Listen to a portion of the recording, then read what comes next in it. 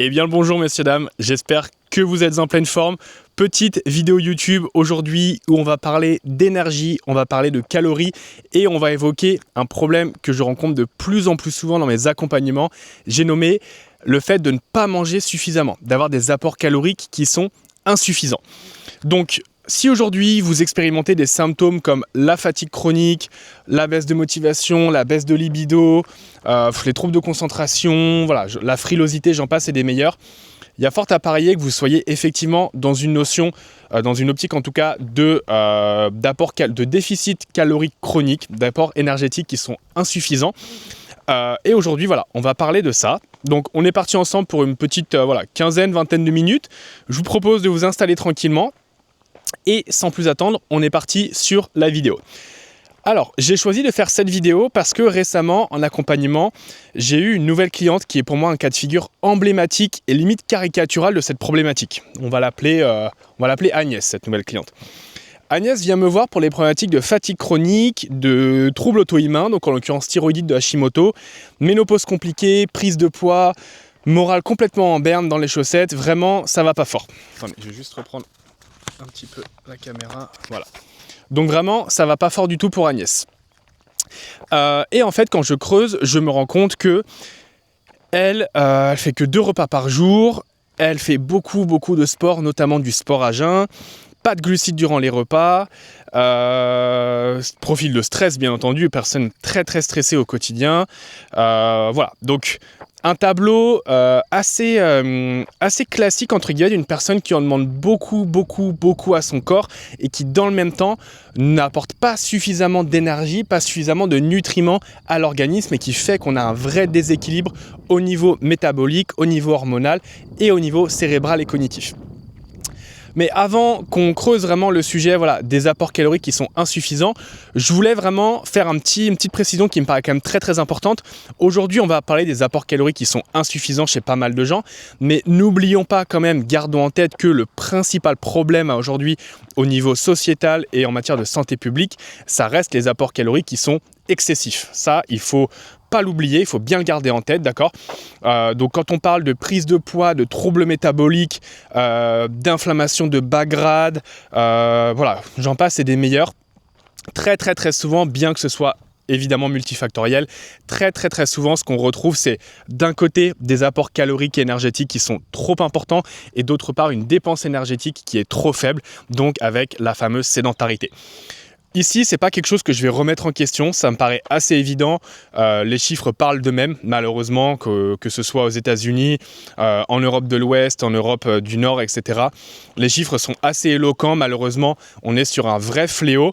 Ceci étant dit, on est également sur un vrai paradoxe. Aujourd'hui, on a vraiment l'émergence d'un paradoxe, j'allais dire d'une contre-culture, c'est pas du tout le mot, mais d'un vrai paradoxe où, en réaction à des années de culte du corps, des années de culte des régimes, du camp, Weight Watchers, machin, j'en passe, c'est des meilleurs low carb, on en arrive à avoir une vraie phobie de trop manger et on en arrive très souvent à rencontrer des personnes qui ne mangent pas suffisamment. Et ça va aussi bien, en tout cas de ce que j'en constate dans mon expérience, dans mes accompagnements au quotidien, ça concerne aussi bien des hommes que des femmes. Ça, c'est extrêmement important d'en avoir conscience, de le réaliser. Parce que encore une fois, il faut pas oublier que pendant des années, notamment chez les femmes pour le coup, mais également chez les hommes, on nous a vendu des régimes à gogo, le culte du corps, le culte des abdos, des 5% de masse grasse, etc. Ça, c'est une première chose. Et dans un deuxième temps, on a eu ces derniers temps, on a eu le droit à un espèce de paradigme revisité, j'ai nommé les fameuses Blue Zones. Donc on nous a vendu ces Blue Zones, Okinawa, la Crète, entre autres. Bon, après, j'ai jamais été là-bas malheureusement, donc je vais parler d'un point de vue tout à fait théorique. Après, si vous voulez m'offrir un petit billet d'avion pour Okinawa, je ne dis pas non, bien entendu, mais je n'y ai jamais été, donc je vais parler dans les termes tout à fait théoriques. Mais on nous a vendu ce modèle-là des Blue Zones en nous vantant leur longévité extraordinaire, leur capacité à avoir une proportion de centenaires qui était énorme et que ça viendrait probablement du fait qu'ils ne mangeaient pas beaucoup, qu'ils étaient en restriction calorique. Et que ce faisant, la restriction calorique aurait tout un tas de vertus pour la santé, anti-cancer, anti-tumeur, anti-troubles métaboliques, j'en passe et des meilleurs. Bon, moi, j'entends cet argument. Je pense qu'il n'est pas complètement inexact, d'accord ? Mais il ne faut pas oublier que dans les blue zones, encore une fois, j'y ai jamais été, donc je vais parler en des termes tout à fait théoriques, mais là, on est sur un facteur parmi énormément d'autres qui vont constituer la santé de manière globale. Il faut bien voir que les habitants de ces zones bleues, ils ont un environnement, un mode de vie qui au global est extrêmement sain, et ce bien au-delà de la fameuse restriction calorique. C'est des gens qui vont manger de manière extrêmement saine, ils ne fument pas, ils ne boivent pas d'alcool, ils ont un rapport à la communauté qui est très très fort. Il y a un côté, on est encore sur des sociétés pour la plupart qui se rapprochent du pastoralisme, quelque chose d'assez ancestral, oui, ancestral c'est le mot. Donc on n'est pas du tout dans les vices entre guillemets de la modernité, avec le stress chronique, les multiples polluants, les perturbateurs endocriniens, etc. On est en fait sur deux modèles qui sont aux antipodes, qui ne sont pas du tout comparables. Ça reviendrait un petit peu finalement à... il y a un petit peu de vent que j'arrive là. Bon, je vais essayer de parler bien dans le micro. Ça reviendrait à comparer... Ouais, il y a vraiment trop de vent là. Je vais faire demi-tour. Ça reviendrait à comparer, comme je l'ai fait dans une autre vidéo, le modèle du sport de haut niveau et le modèle du sport amateur. Gardez en tête, messieurs, dames, que ça n'a strictement rien à voir. On va comparer deux choses qui ne peuvent pas être comparées, qui par définition sont, j'irai pas jusqu'à dire diamétralement opposées, mais qui ne sont pas comparables. Donc, enlevez-vous de la tête ce fameux modèle des zones bleues, et ce que je vous demande de considérer, c'est quel est votre quotidien à vous. Quelles sont vos sources de stress? Quelles sont vos dépenses énergétiques? Quelles sont vos préoccupations, vos besoins et quelle est votre réalité du quotidien finalement? Est-ce que vous avez un boulot qui est prenant, qui est stressant? Est-ce que vous avez beaucoup de pression, beaucoup de responsabilités dans votre travail? Est-ce que vous avez des enfants à gérer? Est-ce que vous faites beaucoup de sport? Est-ce que vous avez un régime particulier? Est-ce que vous voulez perdre du poids? Est-ce que vous faites du sport à jeun? Est-ce que vous faites du jeûne intermittent? Etc. Pourquoi je vous pose cette question? C'est parce que finalement, on en revient à la notion d'hormèse. On en revient à cette question que je vous pose de combien de stress, quelles dépenses énergétiques finalement vous devez gérer au quotidien. Si aujourd'hui vous me répondez que vous faites 3 repas par jour, vous faites pas trop de sport, vous avez un boulot qui n'est pas stressant, vous n'avez pas d'enfants, je vous dirais très bien, vous n'avez pas trop de sorties d'énergie, vous n'avez pas trop de dépenses énergétiques. Donc à partir de là, peut-être que la restriction calorique peut être effectivement bénéfique pour votre santé, et on en revient au principe d'hormèse dont je parlais dans ma vidéo sur le sport, que je vous invite à aller voir.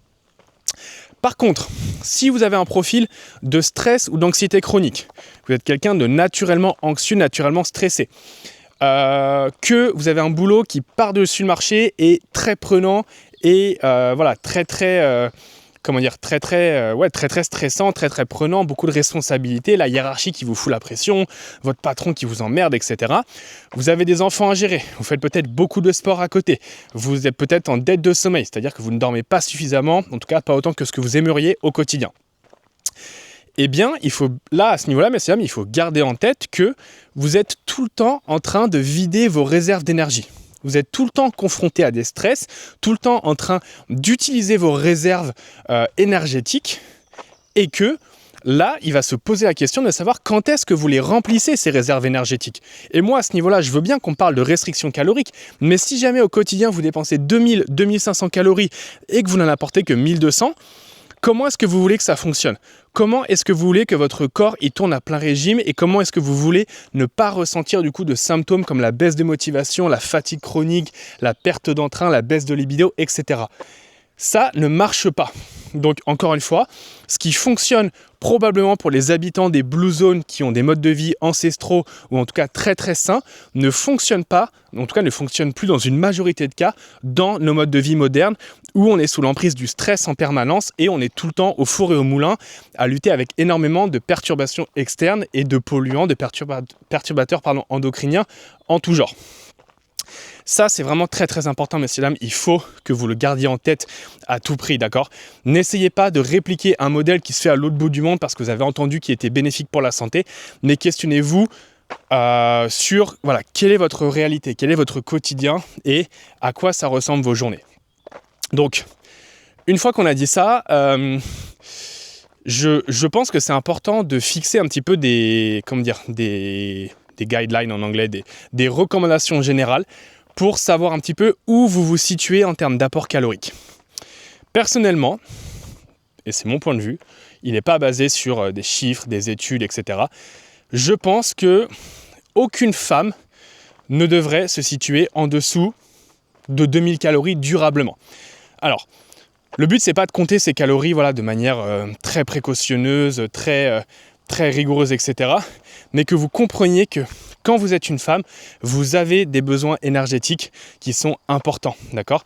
Donc, oubliez un petit peu la culture du summer body, oubliez un petit peu la culture des régimes, la culture du bikini, tout ce qu'on vous a foutu dans la tête depuis toutes ces années et qui vous conduit peut-être aujourd'hui à bouffer 2 feuilles de salade dans le repas avec 2 misérables haricots rouges, un bout de viande et basta. Comment vous voulez que ça fonctionne, mesdames, comment vous voulez vous sentir à votre plein potentiel avec beaucoup d'énergie si vous ne mangez rien ? Ça ne peut pas fonctionner. Et encore une fois, des patientes comme ça, des clientes comme ça, j'en ai vraiment beaucoup. C'est attristant de voir à quel point cette culture du régime, cette culture de la restriction calorique, limite on pourrait dire, à quel point c'est ancré maintenant dans les mœurs, dans les habitudes. Donc moi, ce que je vous recommande, encore une fois, c'est à individualiser, c'est très général et je vous demande vraiment de l'adapter après à votre réalité, à votre quotidien, à vos besoins. Mais probablement que si vous êtes une femme, vous devriez vous situer autour de 2000 calories minimum. Ces 2000 calories, elles vont augmenter bien entendu si vous faites du sport. Donc si vous faites du cardio, en tout cas des sports à dominante cardiovasculaire, de la muscu, bien sûr que ces besoins vont augmenter. Et n'oubliez pas également, mesdames, que la phase lutéale, donc entre l'ovulation et le début des règles, va également augmenter vos besoins caloriques. Vous avez une augmentation de votre métabolisme à ce moment-là, sous l'influence notamment de la progestérone. Donc c'est pour ça que beaucoup de femmes à ce moment-là ont plus faim, ont plus d'envie sucrée, j'en passe et des meilleurs. Même si après il y a d'autres questions aussi au niveau sérotonine, etc., qui expliquent notamment les envies sucrées. Mais n'oubliez pas que le métabolisme, à ce moment-là, il est augmenté. Ensuite, pour ce qui est des hommes, qui ont naturellement un métabolisme basal plus élevé du fait d'une masse musculaire qui est généralement plus développée, j'aurais tendance à vous recommander de consommer minimum 2500 calories. Encore une fois, ça va dépendre, ça peut un petit peu varier. Si vous êtes plus ou moins grand, plus ou moins musclé, plus ou moins actif au quotidien, bien sûr, ce ne sont que des recommandations tout à fait génériques et générales. Il faut que vous les adaptiez à tout prix. Mais si vous êtes un homme, que vous mangez 1800 à 2000 calories au quotidien, ça risque de poser problème, encore une fois, au niveau du métabolisme, au niveau de vos symptômes et au niveau de votre état de santé global. Donc ça c'est des recommandations très très générales. Je vous les donne à titre d'info pour que vous puissiez à peu près vous situer, d'accord ? Mais ça me paraît quand même important d'avoir ces idées-là, cet ordre d'idées-là en tête. Maintenant, vient la question des sportifs, bien entendu. Quand on est sportif, évidemment qu'on va avoir des besoins qui vont être accrus, notamment, premièrement, quand on a une masse musculaire qui est importante. Donc là, bien sûr, on va avoir un métabolisme de base et des besoins énergétiques qui vont être augmentés. Et d'autre part, quand on fait beaucoup de cardio, on va avoir une dépense énergétique qui est considérable durant les efforts, au-delà simplement du facteur masse musculaire. Mais on va avoir une dépense énergétique durant les efforts qui va être considérable et du coup on va avoir des besoins énergétiques, des besoins alimentaires qui également vont être augmentés. Donc pour les sportifs, on va également faire attention à avoir des apports alimentaires qui sont plus importants, notamment en compensant au niveau des glucides. Donc je vous donne ces recommandations à titre indicatif. Maintenant, n'oubliez pas que là, on parle beaucoup de quantité d'énergie. N'oubliez pas également la qualité de votre alimentation. N'oubliez pas que quand vous ingérez des polluants, des pesticides, des perturbateurs endocriniens, ce qu'on appelle des xénobiotiques, d'accord ? N'oubliez pas que c'est votre foie qui va devoir détoxifier tout ça et que la détoxication hépatique coûte de l'énergie. Donc, misez également sur la qualité de votre alimentation, c'est très très important au-delà du facteur quantitatif. Il n'y a pas que l'énergie qui va être importante et on peut avoir une alimentation qui est légèrement restrictive en termes de calories mais qui est extrêmement qualitative, donc qui n'est pas forcément problématique. Là où à l'inverse, la même alimentation, en tout cas avec le même apport d'énergie, peut poser un gros problème si jamais elle n'apporte pas les mêmes nutriments et qu'elle n'est pas aussi qualitative. Donc bien entendu que la quantité c'est une chose, mais la qualité c'en est vraiment une autre. Également, ce qui est important, c'est forcément la notion de macronutriments. Si aujourd'hui vous décidez que voilà, votre apport calorique idéal il se situe autour de 2000 kilocalories, c'est pas du tout pareil de consommer 1000 calories sous forme de glucides et le reste en lipides, ou par exemple de faire 500 kilocalories de protéines, 1000 calories de glucides et 500 kilocalories de lipides. C'est pas du tout pareil. Donc n'oubliez pas que au-delà de la quantité, au-delà de la qualité, on a également une notion de un petit peu de spécificité des macronutriments. Donc au global, veillez à avoir un apport en protéines qui est suffisant. Généralement, on va recommander minimum 1 g à 1,2 g de protéines par kilo de poids de corps et par jour, voire jusqu'à 2,2 g par kilo et par jour pour les personnes qui font beaucoup de sport, notamment beaucoup de musculation. Après, pour les glucides, pour les lipides, je ne vais pas faire de recommandations parce qu'encore une fois, c'est très dépendant. C'est dépendant de votre activité physique, c'est dépendant de votre métabolisme, de certains facteurs génétiques. Donc voilà, ça va énormément varier. Donc les protéines, c'est un peu plus fiable, entre guillemets. Glucides et lipides, ça va énormément varier. Mais en tout cas, ce que je veux que vous compreniez, c'est que oui, c'est très important de manger suffisamment d'énergie, de manger suffisamment de calories, d'apporter suffisamment de calories à votre corps, mais il ne faut pas oublier également la qualité de votre alimentation et la répartition des macronutriments. Voilà messieurs, dames, bon ça fait une bonne petite vidéo déjà, on est à 16 minutes. En conclusion, le mot de la fin, et je pense que c'est très important de rester sur cette note-là.